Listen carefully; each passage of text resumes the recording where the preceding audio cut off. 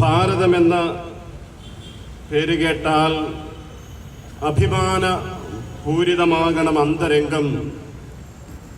കേരളമെന്ന് കേട്ടാലോ തിളയ്ക്കണം ചോര ഞരമ്പുകളിൽ. ഈ ഒരു ആപ്തവാക്യമോ മുദ്രാവാക്യമോ ദർശനമോ ഒക്കെ പങ്കുവെച്ച് ഈ ലോകത്തിൽ ജീവിച്ചിരുന്നവരാണ്, ഈ സംസ്ഥാനത്ത് ജീവിച്ചിരുന്നവരാണ് ഞാനും നിങ്ങളുമൊക്കെ. എന്നാൽ കഴിഞ്ഞ കുറച്ച് വർഷങ്ങളായി ഭാരതീയ ജനതയും കേരളത്തിലെ ഈ സമൂഹവും നേരിടുന്ന നീറുന്ന പ്രശ്നങ്ങളെ ശരിയായ രീതിയിൽ മനസ്സിലാക്കാനോ അതിന് പരിഹാരം കണ്ടെത്താനായിട്ടുള്ള പരിശ്രമങ്ങൾ നാം തെരഞ്ഞെടുത്ത് അയക്കുന്ന ജനപ്രതിനിധികളുടെ ഭാഗത്തു നിന്ന് ഇല്ലാതാകുന്ന ഒരു വല്ലാത്ത ദുരവസ്ഥയ്ക്ക് നാം എല്ലാവരും സാക്ഷ്യം വഹിച്ചുകൊണ്ടിരിക്കുകയായിരുന്നു. സഭയെ സംബന്ധിച്ചിടത്തോളം സഭ ഒരിക്കലും പൊതുവായിട്ടുള്ള രാഷ്ട്രീയ മേഖലകളിലെ പ്രശ്നങ്ങളിലേക്ക് അത്ര സജീവമായിട്ട് ഇറങ്ങി പ്രവർത്തിക്കാറില്ല. അതുകൊണ്ട് തന്നെ സമാനമായ പ്രശ്നങ്ങളിൽ സഭാ നേതൃത്വം ഇറങ്ങുകയോ പ്രവർത്തിക്കുകയോ ഒക്കെ ചെയ്യുമ്പോൾ രാഷ്ട്രീയ പാർട്ടികളും നേതാക്കന്മാരും ഒക്കെ ചോദിക്കാറുള്ള ചോദ്യമുണ്ട്: മതത്തിന് മതത്തിന്റെ വഴി, രാഷ്ട്രീയത്തിന് രാഷ്ട്രീയത്തിന്റെ വഴി, ഇത് രണ്ടും കൂടി കൂട്ടിക്കുഴയ്ക്കേണ്ട കാര്യമുണ്ടോ എന്നുള്ളൊരു ചോദ്യം പല മേഖലകളിൽ നിന്നും ഉയർന്നു കേൾക്കാറുണ്ട്.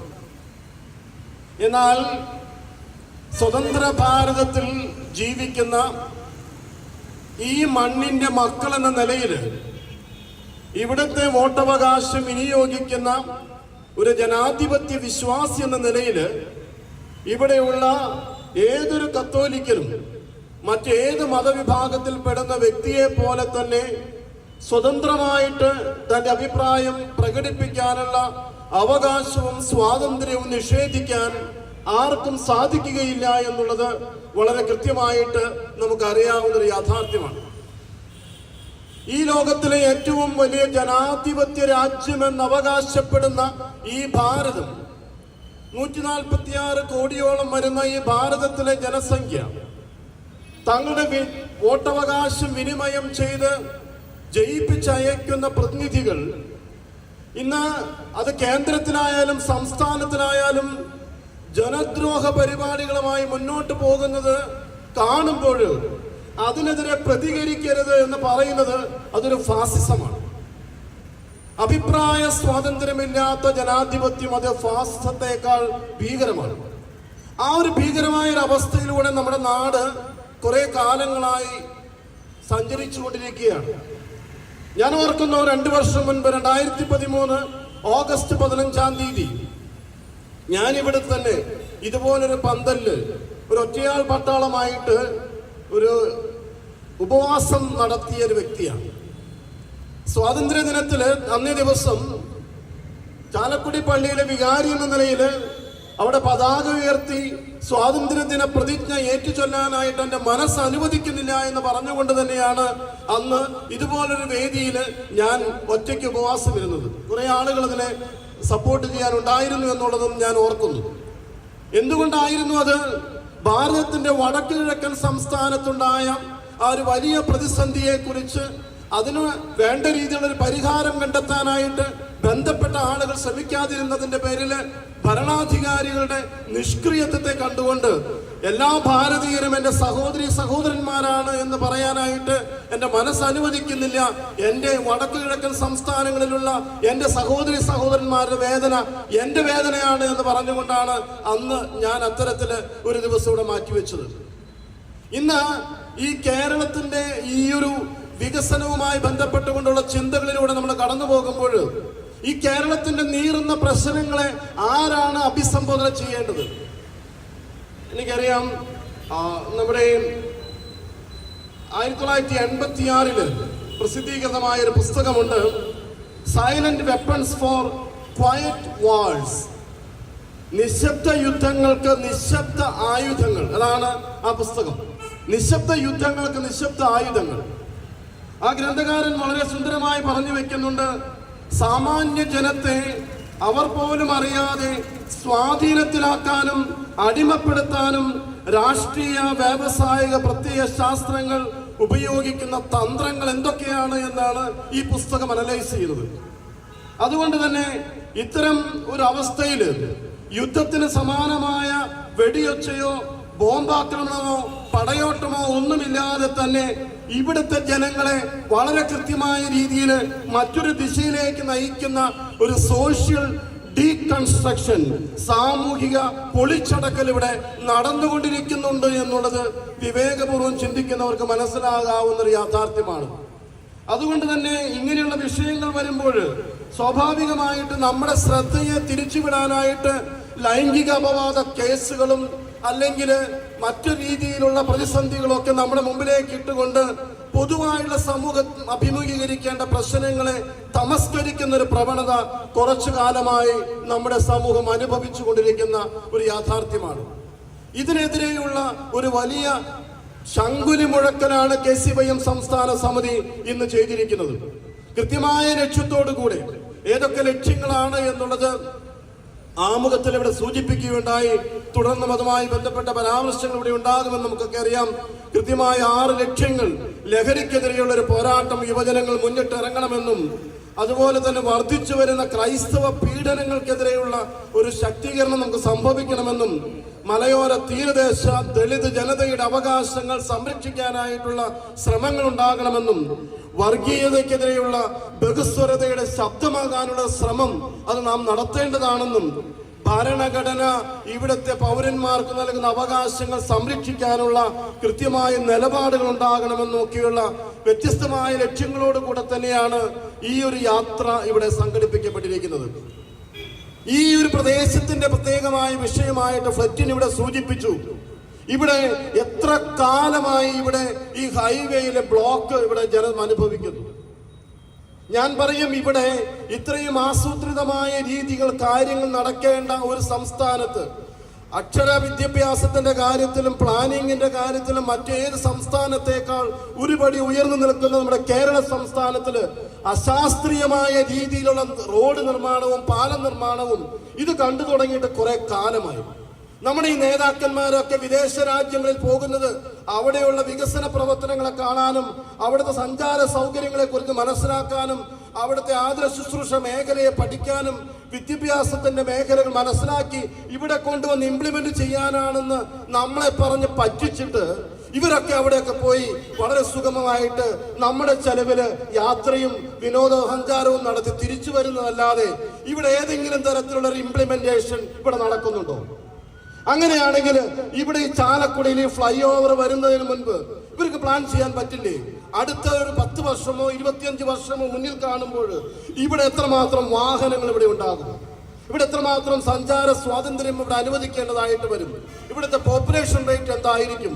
ഒരു ഡീറ്റെയിൽഡ് പ്രോജക്ട് റിപ്പോർട്ട് തയ്യാറാക്കാതെ ആരെ സുഖിപ്പിക്കാനാണ് താൽക്കാലികമായ മുട്ടുശാന്തിക്ക് വേണ്ടി ഇവിടെ നിന്ന് അപ്പുറത്തേക്ക് പോകാൻ ഒരു ഫ്ലൈ ഓവർ?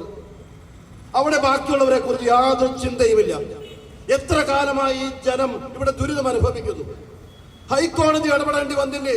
ഇവിടെ നാഷണൽ ഹൈവേയുടെ ഈ പ്രോജക്റ്റ് എടുത്തിട്ട് ആ പണി പൂർത്തിയാക്കുന്നതിന് മുൻപ് സർവീസ് റോഡുകളിലൂടെയുള്ള സഞ്ചാരം അത് കൃത്യമായിട്ട് ലഭ്യമാകുന്നതിന് മുമ്പേ തന്നെ ടോൾ പിരിക്കാനായിട്ട് അവര് പുറത്തിറങ്ങി. എത്ര വർഷങ്ങളായി ആയിരക്കണക്കിന് കോടി രൂപ ഈ ടോൾ പിരിവിലൂടെ സ്വന്തമാക്കിയിട്ടും ഇവിടെയുള്ള മനുഷ്യരുടെ സഞ്ചാര സ്വാതന്ത്ര്യത്തിന് വേണ്ടി ഇവര് ഒരു ചെറുവിരൽ പോലും അനക്കിയില്ല എന്നുള്ളത് ഇവിടുത്തെ നേതാക്കന്മാർക്ക് മനസ്സിലാകുന്നില്ലേ? അതുകൊണ്ടല്ലേ ഹൈക്കോടതി ഇടപെട്ടിട്ട് ഈ ടോൾ പിരിവ് താൽക്കാലികമായിട്ട് നിർത്തിവെച്ചിരിക്കുന്നത്? ഇത് ഇവിടുത്തെ ജനങ്ങളുടെ പ്രശ്നമാണ്. ഇവിടുത്തെ ജനങ്ങളുടെ പ്രശ്നങ്ങളെ അഡ്രസ് ചെയ്യാനായിട്ട് എന്തുകൊണ്ടാണ് ഇവിടുത്തെ നേതാക്കന്മാർ മുന്നിട്ടിറങ്ങാത്തത്? ഒരു ദിവസം ഉപവാസ സമരം ഇരുന്നു, ഞങ്ങൾ വഴി തടയും. ഇതൊക്കെ ആളുകളുടെ കണ്ണിൽ പൊടിയിടാനുള്ള തന്ത്രങ്ങളായിട്ട് ഞങ്ങൾക്ക് കാണാൻ പറ്റുള്ളൂ. ഇവരാരൊക്കെയാണ് ആരുടെ കയ്യിൽ നിന്ന് അവർക്കുള്ള വേതനം പിടിച്ചു വാങ്ങിയിട്ട് അവർ നിശബ്ദരാക്കപ്പെടുന്ന ഒരു സാഹചര്യം ഇവിടെ സൃഷ്ടിക്കപ്പെടുന്നുണ്ട് എന്നുള്ളത് ബലമായി സംശയിക്കേണ്ടിയിരിക്കുന്നു. നമുക്കറിയാം, നമ്മുടെ മലയോര മേഖല, ഈ ഇരിങ്ങാലക്കുട രൂപതയുടെ ഒരു പ്രദേശം മലയോര മേഖലയാണ്. ആ മലയോര മേഖലയിൽ എത്ര പേരാണ് കാട്ടാനയുടെയും അതുപോലെ തന്നെ വന്യമൃഗ ജീവികളുടെയും ആ ഒരു ആക്രമണത്തെ തുടർന്ന് ജീവൻ പൊലിഞ്ഞ് ഇല്ലാതായ എത്രയേറെ ജീവനുകളുണ്ട്. എന്തുകൊണ്ടാണ് കൃത്യമായ രീതിയിലുള്ള ഒരു പ്ലാനിങ് ഇവിടെ നടത്തിയിട്ട് ഇവിടുത്തെ വന്യമൃഗങ്ങളെക്കാൾ വിലപ്പെട്ടവര് ഇവിടുത്തെ മനുഷ്യരാണെന്ന് പറയാനുള്ള ധീരത ഇവിടുത്തെ നേതാക്കന്മാരെടുക്കാത്തത്? എന്തുകൊണ്ടാണ് അത്തരത്തിലുള്ള തീരുമാനങ്ങളിലേക്ക് നമ്മുടെ മന്ത്രിസഭകൾ എത്താത്തത്? നമുക്കറിയാം, ഞങ്ങളൊക്കെ രാവിലെ നടക്കാൻ ഇറങ്ങുന്നവരാ. നടക്കാൻ ഇറങ്ങുമ്പോൾ എല്ലാവരും പറയുന്നൊരു കാര്യമുണ്ട്, നടക്കുന്നത് കൊള്ളാം, പക്ഷെ പട്ടി.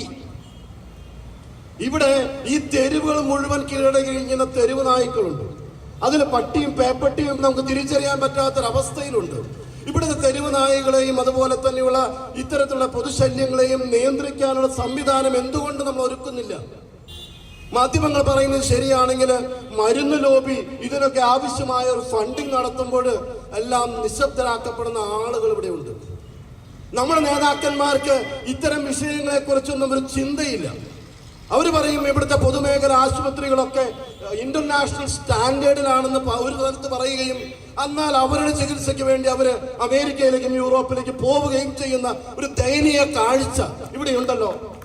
അപ്പോഴെന്ത് അന്താരാഷ്ട്ര നിലവാരമുള്ള ഈ ആശുപത്രികൾക്ക് അവിടെ എന്താ അത്തരത്തിലുള്ള സൗകര്യങ്ങൾ ഒരുക്കി കൊടുക്കാനില്ലേ? എല്ലാവിധ ഉപകരണങ്ങളും ഇവിടെയുണ്ട്.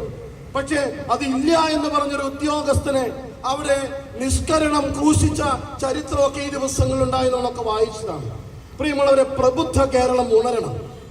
ഈ തരം വിഷയങ്ങളുടെ മുൻപിൽ നമ്മൾ നിസ്സംഗതയോടുകൂടെ നിന്ന് ഇനിയും അടുത്ത വോട്ട് വരുമ്പോൾ, വോട്ടിന്റെ കാര്യം ഞാൻ പറയുന്നത് അതിലാദ്യം എന്റെ വിഷയമല്ല, വോട്ട് ചോരി 1300 കിലോമീറ്റർ നടന്നിട്ടൊരു അഖിലേന്ത്യാ നേതാവ് ഇന്നൊരു യാത്ര സമാപിപ്പിക്കുന്നുണ്ട്. നമ്മൾ 800 കിലോമീറ്ററാണ് നടക്കുന്നത്. 13 ദിവസം യാത്ര നടത്തിയിട്ട് പറയുന്നതാണ്, ഇവിടെ വോട്ട് കൊള്ള നടക്കുകയാണ്, അനർഹരായുള്ള ആളുകൾ വോട്ട് ചെയ്യുകയാണ്. ഇതൊന്നും നമുക്ക് ആർക്കും യാതൊരു പ്രശ്നവും ഇല്ലാത്ത രീതിയിലേക്ക് നമ്മുടെ സമൂഹം മാറി. നമ്മൾ എന്തെങ്കിലും സ്വരം ഉയർത്തിയാൽ അവർ പറയും അച്ഛൻ പറയാൻ പാടില്ല, മെത്രാൻ പറയാൻ പാടില്ല, പിന്നെ ആരാ പറയേണ്ടത്? പറയാനുള്ള ആളുകളൊക്കെ മറ്റുള്ളവരുടെ കയ്യിൽ നിന്ന് കിമ്പളം വാങ്ങി അവർ നിസ്സംഗതയോടെ നിൽക്കുമ്പോൾ ചങ്കൂറ്റത്തോടെ പറയാൻ ഞങ്ങളുണ്ട് എന്ന് ഈ സമയത്തില് പറയാനായിട്ട് ഞാൻ ആഗ്രഹിക്കുകയാണ്. തെറ്റാണെന്ന് ചൂണ്ടിക്കാണിക്കാനും ശരിയുടെ പാതയിൽ നിൽക്കാനുമായിട്ട് ഞങ്ങളൊക്കെ ഉണ്ട്. കേരളത്തിലെ ഈ പറയുന്ന അവസ്ഥാവിശേഷങ്ങൾ, ഇവിടെ ലഹരിയുടെയും മാഫിയ സംഘങ്ങളുടെയും കാര്യങ്ങൾ പറഞ്ഞു. എത്ര കാലമായി ഈ കൊച്ചു കേരളത്തിൽ ആകെ 3,40,00,000 ആളുകളെ ഇവിടെയുള്ളൂ. അതിൽ തന്നെ 40 ലക്ഷത്തോളം ആളുകൾ പുറത്താണ് ജീവിക്കുന്നത്. അങ്ങനെയുള്ള ഈ കൊച്ചു സംസ്ഥാനത്ത് ഇവിടെ വന്നിറങ്ങുന്ന മയക്കുമരുന്ന് വില കണക്കുണ്ടോ? എല്ലാ ദിവസവും പത്രത്തിലുണ്ടല്ലോ, മയക്കുമരുന്ന് പിടികൂടി. അതോ ആയിരക്കണക്കിന് കോടി രൂപയുടെ മയക്കുമരുന്ന് ഇവിടെ നമ്മുടെ തീരങ്ങളിൽ വന്ന് അടിയുമ്പോൾ അതിനുവേണ്ടിയാണ് ഈ അദാനിയും മറ്റുള്ളവരൊക്കെ പോർട്ട് തുടങ്ങിയെന്ന് പോലും സംശയിക്കേണ്ട ഒരു അവസ്ഥയിലേക്ക് നമ്മൾ എത്തിച്ചേരുകയാണ്. ആരാണ് ഇതൊക്കെ കാണുന്നത്? ആരാണ് ഇതിനൊക്കെതിരെ പ്രതികരിക്കുന്നത്? പ്രതികരിച്ചാൽ പറയും ED വരും. കുറെ കാലമായി ED വന്നു തുടങ്ങിയിട്ട്. ED പോകുന്ന ആരുടെ അടുത്തേക്കാണ്? ED മടിയിൽ കനമുള്ളവരുടെ അടുത്തേക്ക് പൊക്കോട്ടെ, പക്ഷേ തെറ്റല്ല എന്ന് പറയാനായിട്ടുള്ള ആ ഒരു ചങ്കൂറ്റം മറ്റുള്ളവർ മുമ്പിൽ അടിയറവ് വെച്ചുകൊണ്ട് നമ്മുടെ ഫ്രെറ്റിൻ പറഞ്ഞ പോലെ ഞങ്ങൾ മുട്ടിലണിയാനുമില്ല, നട്ടിൽ വളയ്ക്കാനുമില്ല, ഞങ്ങൾക്ക് ധീരതയോടെ ആർജവത്തോടുകൂടെ ഈ സമൂഹത്തോട് പറയാനുള്ള കാര്യങ്ങൾ പറയാൻ ഞങ്ങൾ ഉണ്ട് എന്നുള്ളത് തെളിയിക്കുന്നതാണ് നിങ്ങളുടെ യാത്ര. അത് ശക്തമായിട്ട് തന്നെ നിങ്ങൾ പറയണം. ഇവിടെ ഇരിക്കുന്ന ഈ ആളുകളെക്കാൾ കൂടുതൽ ഇത് കേൾക്കേണ്ടത് പുറത്തുള്ളവരാണ്. അവർ കേൾക്കട്ടെ, അവർ മനസ്സിലാക്കട്ടെ. ഇനി ഇവിടുത്തെ മറ്റൊരു വലിയൊരു വിഷയം, ഇത് ഞാൻ ഇതിന് മുൻപൊരു സ്ഥലത്ത് ഇതേ വേദിയിൽ അഡ്രസ് ചെയ്തപ്പോൾ എനിക്ക് രാഷ്ട്രീയക്കാരുടെ പലതരത്തിലുള്ള ചെറിയ ഭീഷണിയല്ല എന്നാലും സൗഹൃദപരമായിട്ടുള്ള ഉപദേശങ്ങൾ ഉണ്ടായിരുന്നു. ഇത് അച്ഛന്റെ മേഖലയല്ലല്ലോ. ഇവിടെ ഈ കേരളത്തിലെ വരുമാന സ്രോതസ് എന്താ? മദ്യം ഘട്ടം ഘട്ടമായിട്ട് നിർത്തലാക്കുമെന്ന് പറഞ്ഞുകൊണ്ടല്ലേ ഈ അധികാരത്തിലേക്ക് ഈ സർക്കാരുകൾ വന്നത്? എന്നിട്ടിപ്പോ എത്രയോ ആയി? ഇവിടെ ഇന്ന് കേരളത്തിലെ മുട്ടിനും ബാറുകൾ തുറക്കുകയാണ്. ദേ ഇവിടെ ചാലക്കുടി പള്ളിയുടെ സമീപത്ത് അടുത്തൊരു ഹെറിറ്റേജ് ബാർ വരാൻ പോകുന്നത് കേട്ടു. എനിക്കറിയാൻ പാടില്ല അത് ഉണ്ടോ ഇല്ലയോ എന്നൊന്നും എനിക്കറിയാൻ പാടില്ല. 200 മീറ്റർ അകലെ വരാൻ പാടുള്ളൂ എന്ന് പറഞ്ഞ് ഒരു നിയമം അവിടെ നിൽക്കുക. പക്ഷേ ടൂറിസത്തിന്റെ മറവില് ഇവിടെ ബാറുകൾ പൊതുനിരത്തുകളിൽ മുഴുവൻ തുറക്കാൻ യാതൊരു തരത്തിലുള്ള സങ്കോചവും ഇല്ലല്ലോ. എന്തിന് ആ മനുഷ്യന് കഴിക്കാൻ അരിയാഹാരം കൊടുക്കാനായിട്ട് സപ്ലൈകോയ്ക്ക് സപ്ലൈ ചെയ്യേണ്ട അരിയില്ലെങ്കിലും നിങ്ങൾ മദ്യം വീട്ടിലിരുന്ന് ഓർഡർ ചെയ്തോ, ഞങ്ങൾ വീട്ടിൽ കൊണ്ടും തരാമെന്ന് പറയുന്ന ഒരു ഗവൺമെന്റ് ഇവിടെ ഭരിക്കുന്നത്, അത് ആരെ പ്രീതിപ്പെടുത്താനാണ്? ഇവിടുത്തെ അടുത്ത വരുമാന മാർഗം എന്താ? ലോട്ടറിയാണ്. ഈ ലോട്ടറി വിറ്റ്, ഈ ലോട്ടറിയിൽ എല്ലാ ദിവസവും ലോട്ടറി ഉണ്ട് ഇവിടെ. ഈ ലോട്ടറി എടുക്കുന്ന ആരാണ്? സാധാരണക്കാരായ മനുഷ്യരാണ്. അതൊരു ചൂതാട്ടം പോലെ തന്നെ ഒരു അഡിക്ഷനായി മനുഷ്യരെ മാറ്റിയിട്ട് ഈ ലോട്ടറിയിൽ നിന്ന് കിട്ടുന്ന വരുമാനവും മദ്യത്തിൽ നിന്ന് കിട്ടുന്ന നികുതിയും വെച്ചുകൊണ്ട് ഈ രാജ്യത്തെ കുട്ടിച്ചോറാക്കുന്ന ഭരണ സംവിധാനങ്ങൾ, അത് ഇടതായാലും വലതായാലും, ഇതിനോടൊക്കെ ഞങ്ങൾക്ക് ശക്തമായ പ്രതിഷേധമുണ്ട് എന്ന് പറയാൻ ഈ വേദി ഞാൻ ഉപയോഗിക്കുകയാണ്. പ്രിയമുള്ളവരെ, നമ്മുടെ മൂനമ്പം, നിങ്ങൾ ഇത് കഴിഞ്ഞാൽ നിങ്ങൾ കോട്ടപ്പുറം രൂപതയിലേക്കാണ് പോകുന്നത്. മൂനമ്പത്തിൽ നമ്മുടെ ജനതയുടെ വിഷയം എത്ര പേര് മുന്നോട്ട് വന്നു, ഞങ്ങൾ പരിഹരിച്ചു. കേന്ദ്രത്തിൽ ഭരിക്കുന്ന പാർട്ടിക്കാര് അതിന്റെ നേതൃത്വം എടുക്കുന്നു, ഇവിടെ ഭരിക്കുന്നവർ മാറി മാറി വരുന്നു, എല്ലാം പരിഹരിച്ചു. എവിടെ പരിഹരിച്ചെന്ന്? മുനമ്പത്തെ ജനത ഇപ്പോഴും അവിടെ പട്ടിണി സമരത്തിലാണ്. ഈ വിഷയങ്ങൾ എന്തുകൊണ്ട് കൃത്യമായ രീതിയിൽ അഡ്രസ് ചെയ്യാനായിട്ട് നമുക്ക് കഴിയാതെ പോകുന്നു? ആശാ വർക്കർമാര് ആശയേറ്റ് അവിടെ കടന്നു തുടങ്ങിയിട്ട് 200 ദിവസം കഴിഞ്ഞു. ഈ ഓണക്കാലത്ത് എല്ലാവരും ഹാപ്പി ഓണം എന്ന് പറയുമ്പോൾ തെരുവിൽ ഓണം ആഘോഷിക്കേണ്ട ഗതികേടിലേക്ക് ഈ ആശാ വർക്കർമാർ, എയ്ഡഡ് മേഖലയിലെ 1000-ലധികം അധ്യാപകര് ഇങ്ങനെ നോക്കി ക്ഷേമബത്ത പെൻഷൻ ആനുകൂല്യങ്ങൾ ഇതൊന്നും ലഭിക്കാത്തതിന്റെ പേരിൽ ദുരിതം അനുഭവിക്കുന്ന മനുഷ്യര്, ഇതൊന്നും കണ്ടിട്ടും കാണാത്തത് പോലെയുള്ള ആ ഒരു അന്ധത ബാധിച്ചവരായി നമ്മുടെ ഈ നേതാക്കന്മാര് മാറുമ്പോൾ കത്തോലിക്ക യുവജന പ്രസ്ഥാനത്തിന് ഇവരോട് ശക്തമായ രീതിയിൽ പറയാനുണ്ട്. ഈ പറച്ചില് മാത്രമല്ല, ഞങ്ങൾക്ക് പ്രവർത്തിക്കാനുമുണ്ട്. അടുത്ത ഇലക്ഷൻ വരുമ്പോൾ ഞങ്ങളുടെ ജനങ്ങളോട് ഞങ്ങൾക്കും പറയാനുണ്ടാവും ചിലതൊക്കെ. ആ പറയാനുള്ളത് കേൾക്കാനുള്ള ബാധ്യത ഈ സമൂഹത്തിനുണ്ടാകട്ടെ. ഇന്നത്തെ ഞങ്ങളുടെ നിശബ്ദത നാളത്തെ വലിയ ദുരന്തമായി മാറാതിരിക്കണമെന്നുണ്ടെങ്കിൽ ശക്തമായ രീതിയിലുള്ള പ്രതിരോധങ്ങളും പ്രതിഷേധങ്ങളും അത് ഈ കാലഘട്ടത്തിന്റെ, ഈ സമൂഹത്തിന്റെ ആവശ്യമായിട്ട് മാറുന്നു എന്നുള്ളതാണ് എനിക്ക് പ്രത്യേകമായിട്ട് പങ്കുവെക്കാനുള്ളത്.